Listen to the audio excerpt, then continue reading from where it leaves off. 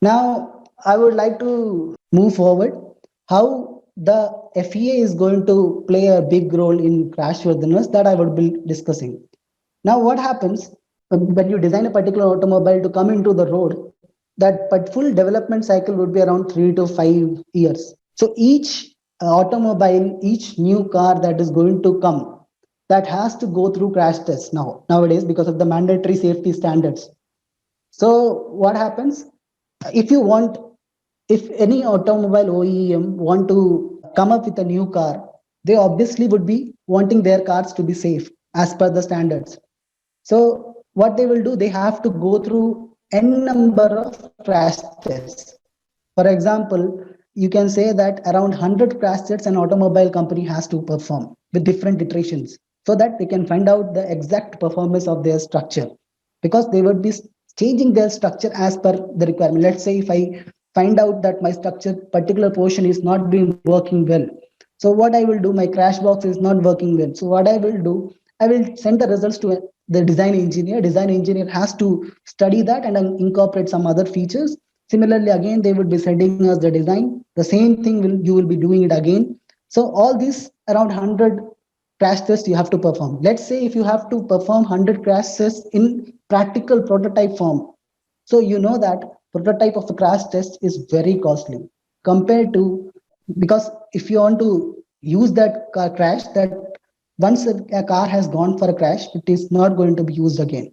So if you are going for 100 crash tests, your 100 cars would be waste. Instead of that, it is a very cost effective technique to use FEA. Nowadays, with the advancement of the software technology, with the advancement of the computational facilities, you can almost get the similar results. What is going to happen in the practicality, you can predict.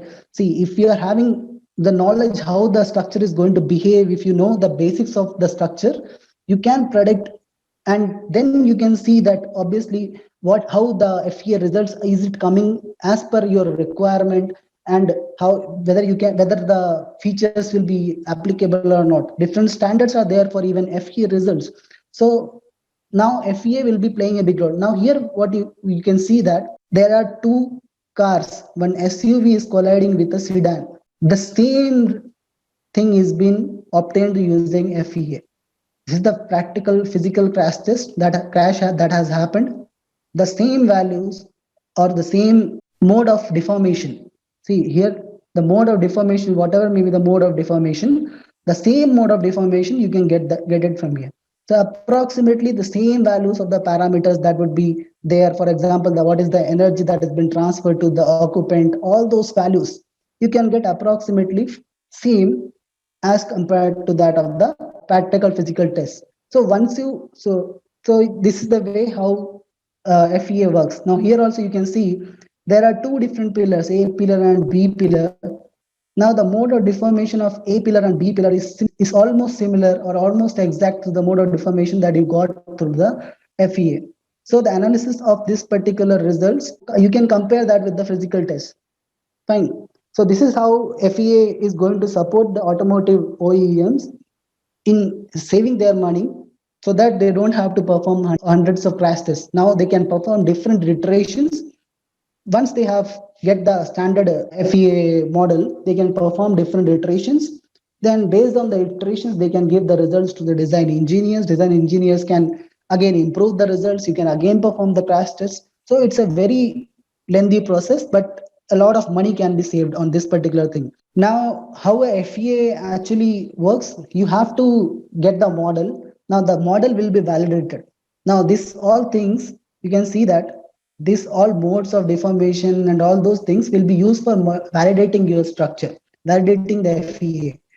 Now, if you get the validated FEA, you can incorporate a number of changes. Fine. So what I want to tell you that now here you can see that FEA is going to play a big role.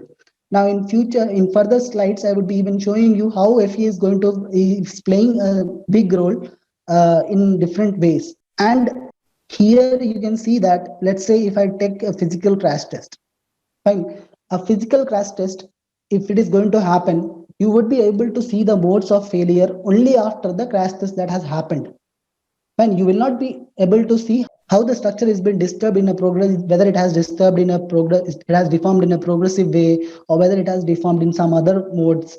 So all these things cannot be studied. For studying all those things, you have to perform again and again, and you have to have a very good camera to get the different modes of structure.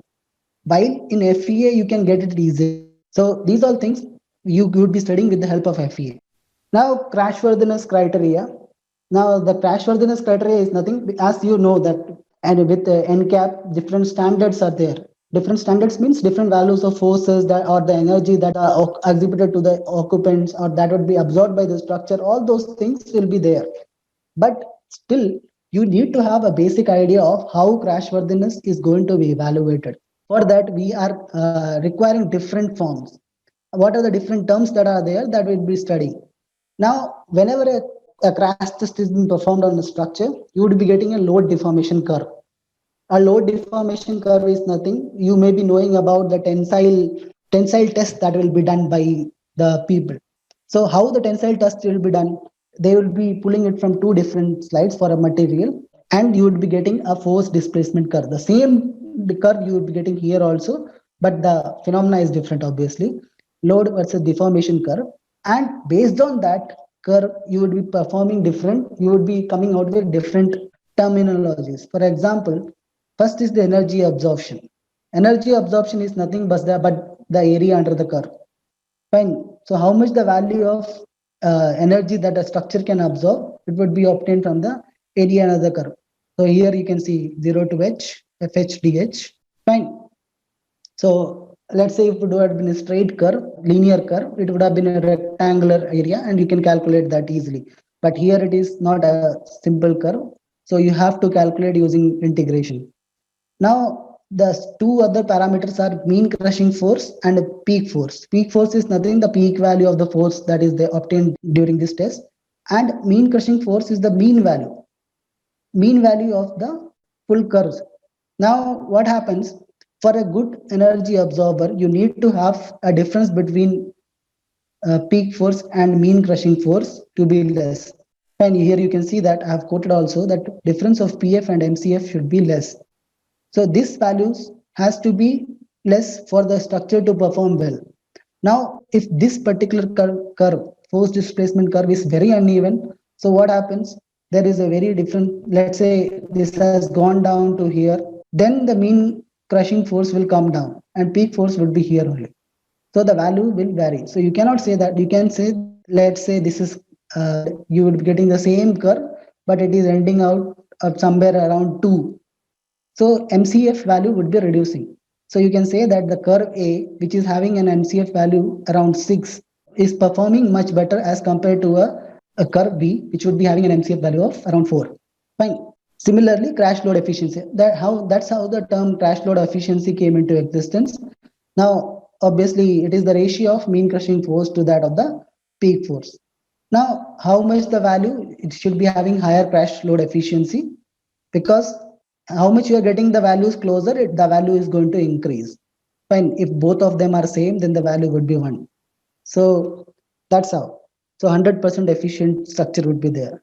Now, another term is specific energy absorption. Specific energy absorption is nothing but the energy absorption per unit mass.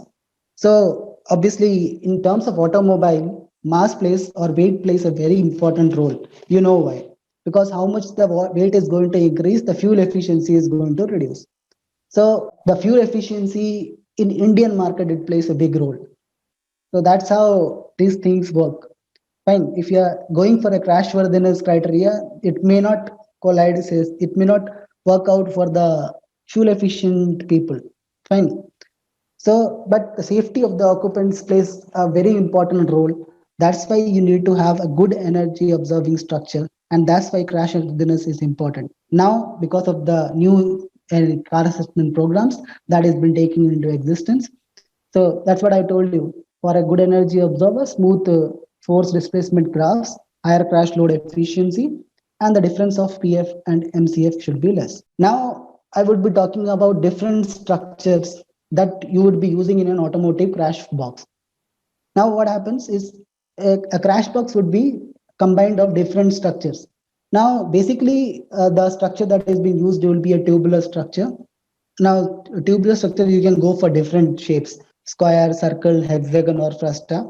And the materials also, you can go for different materials, aluminum, steel, composites also you can use, but the value or the cost it's going to increase. Second is the metal form sandwich structures. Now people have started using, in some places they have started using aluminum forms also. So this is the sandwich structure, metal form structure. It will be placed in between two, metal form is being placed in between two plates, and it will be formed as a sandwich structure. You can, there is a lot of study that has been going on for lattice structures. Lattice structure is nothing but a three-dimensional structure. Three-dimensional structure will be placed in between, in array will be placed in between two different plates, and that will be combined to form a structure. So this particular study is lot of study is going on this particular area. Similarly, honeycomb structures also. Honeycomb structures is usually having hexagonal shapes, so that is also going to play a very big role. That a lot of study is going on that aspect also. So now moving further, that's what I want to tell you. See, I already told you that for an crashworthiness, you need to know how a structure is going to behave. So the deformation, you want the structure to deform, and how the deformation is also going to happen, that also you need to control. You can't let the deformation to be anything. So let us take a tubular structure. Here we have taken a tubular structure because most of the structures is a tubular structure that automobile OEMs is being using. Fine. Now a tube can be of different shapes, circular, rectangular, triangular, hexagonal, even a conical frustra are also being studied. But whatever may be the structure, first thing, it has to progressively deform. Second thing, it has to have maximum energy absorption criteria. Now, for that, there are different modes of failures of this tubular structure. First one is concertina mode of failure. Concertina mode of failure in that a ring-shaped structures will be formed. It has to form, first ring will be deformed, then second ring will be deformed. So the deformation will be happening very progressively in ring by ring. Fine. Here you can see one ring, second ring, third ring, fourth ring, fifth ring. In this way, the deformation is happening. So this is very ideal form of deformation. Fine. If you get a very optimum L by D ratio, then only this form of deformation happens. L by D ratio means thickness with respect to length. Fine. Second is the diamond. Now here I have told you that the radius inside, let's say this radius, diameter of the tube will be the mode is going to happen in the outside form. Fine. So the final diameter of the mode would be more as compared to that of the initial diameter that was there before deformation. While in diamond form, by diamond, what happens? First or second ring, it bends towards the inside portion. Here you can see this has bended towards the inside portion. So what happened in this? So in this form, this has came into the inside portion. So this also can be a very effective mode of failure. This is not a problem. Fine. Sometimes what you do, you go for a mixed mode. In order to get this mixed mode, how you are going to get? As I've already told you that deformation of the structure, you want the structure to deform quickly. Fine. So people, what they do, they give some initial triggers. Initial triggers means some aspects would be there. For example, some hole they will keep on the topmost portion, or some bend they will keep.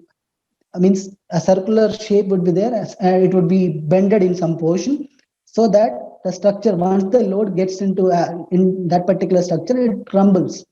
Fine. So that is called as initial trigger. So you want that to happen sometimes. But this is the mode, global buckling. This is the mode that you don't want to happen. Obviously, you may have studied in strength of materials what is buckling. So I may not tell you that. When the L by D ratio becomes very inappropriate, then this sort of modes tends to happen in circular tubes, rectangular tubes, and different hexagonal tubes.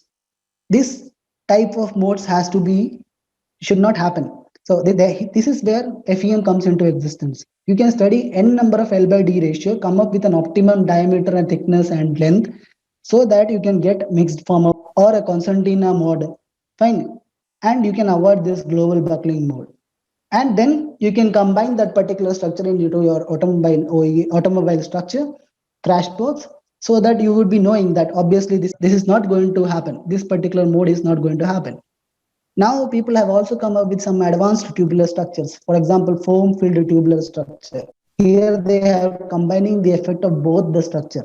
And as I already told you, metal forms are being used in order to absorb a lot of energy because it is a cellular structure. So its weight is much lesser as compared to that of a solid structure.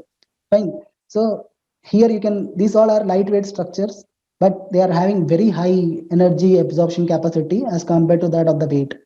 Fine. Similarly, people have combined honeycomb with the in between the structure. They have taken two different tubular structures of different thicknesses and then placed the honeycomb structure in between. And they have came up with some different honeycomb core filled structures. Corrugated tubes have also been studied to find out the effectiveness of the structure. It's not now. What I want to tell you that now it is not only that tubular structure has to be circular or it has to be a rectangular structure or it has to be hexagonal structure. It's not like that. You can go and innovate with respect to different studies, put your FEM analysis into existence, and then come up with some novel structures. So all these things you can do. If you are working in an R&D of any company, they may ask you to come up with different structures. So how you are going to come up with different structures? You would be going through the literature and then finding out different various structures that are there in the existence, and then how you can innovate on that particular structure. Fine. Basically, now we are using either a circular tube or a rectangular tube. So how they are going to innovate in future, we have to see. Fine. This is the folding mechanism that happens. This folding mechanism is basically being used to analyze the structure mathematically. Fine.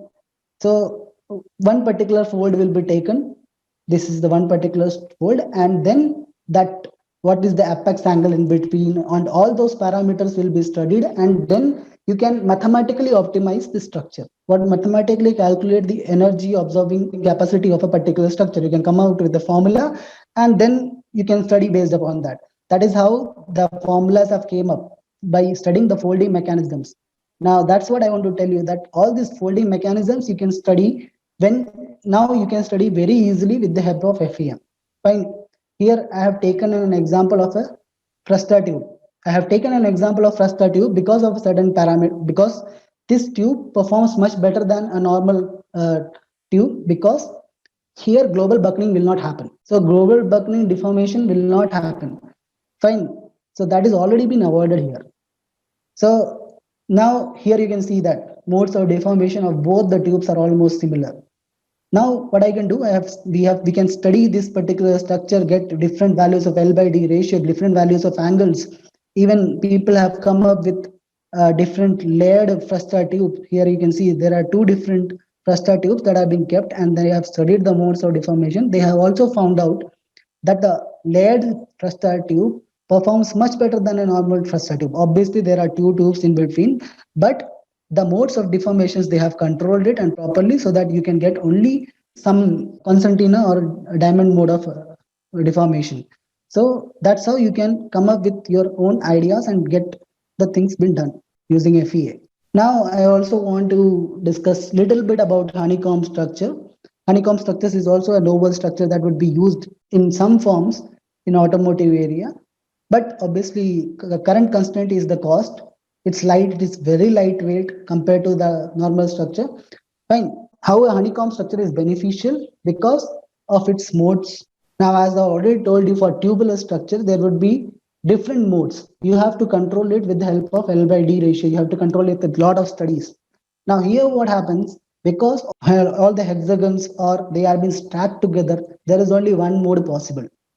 Fine. It will be progressively folding. So how the progressive folding happens? First, a single fold will happen. Now, then multiple folds, then the progressive fold densification happens. So this is the mode of deformation of study. It is basically been divided into three different parameters, how you're going to study a mode of deformation. First one will be a single fold. First, the single fold because of the initial struggle. Here, the maximum load will be taken. Fine. Here, you're going to get the peak load. I have already discussed about that force displacement curve. Now, how the force displacement curve would be acting on this particular structure, that I can see. The first or the single fold, that would be having the peak load. Similarly, the same is for tubular structure. First fold that you would be getting, that would be the peak fold. Then you are absorbing, because already the structure has lost some of its energy, then the load will come down. Then again it will go up because of the multiple progressive folds that is going to happen. Then the progressive deformation densification happens. Now in this case, densification case, honeycomb carries a lot of load. Fine. Here what happens, as compared to the load displacement curve of the tube, where it is going to decline always, here in the condition of densification, it increases. So that's why people are looking also into honeycomb structures, different forms of honeycomb structure. It's not that here I have shown you a conventional honeycomb structure, conventional honeycomb structure. The same way how the people have studied tubes, now people are studying, or the researchers are looking forward to different varieties of honeycomb structures. Fine. They are coming up with form-filled honeycomb structures. They are coming up with different fillers for honeycomb structures. People are coming up with even fillers for different portions of honeycomb structures. Like I will come up with a filler here, then I will put a filler over here, and then I keep this particular both the fillers and both the honeycomb cells empty. Fine. So in that way also you can study. So there a lot of studies have been going on. These novel structures will be useful to you when you are applying for different MS in different countries. If you are coming up with a good plan and then show it to your objectives are also coming up with certain format, then you can apply easily for MS in different countries. Fine. So if you're having the knowledge of this all novel structures, it may be helpful to you. Similarly, if you're going for R&D of different OEMs, automotive OEMs, then they would be also working on certain innovative structures. So there also all these things will come into existence. Fine. So as I told you, it is called as a cell size. Fine. This each honeycomb portion is been called as a honeycomb cell, and the difference between these two parameters is been called as cell size. How where it is been joined, that is been called as a node. Where two honeycomb cells are being joined, that has been called as a node. Fine. Now, what are the skills and tools that you will be used in industry? So, in order to get a job in crashworthiness analysis, first thing is that you should have a very strong basic of FEM analysis. Fine. If you are having good FEM basics, then you can obviously move forward in your life, right? Fine. And then the structural mechanics, basics of strength of materials and machine design. And if you are particularly about, if you are looking for a job in crashworthiness area, then obviously you should have the basics of crashworthiness.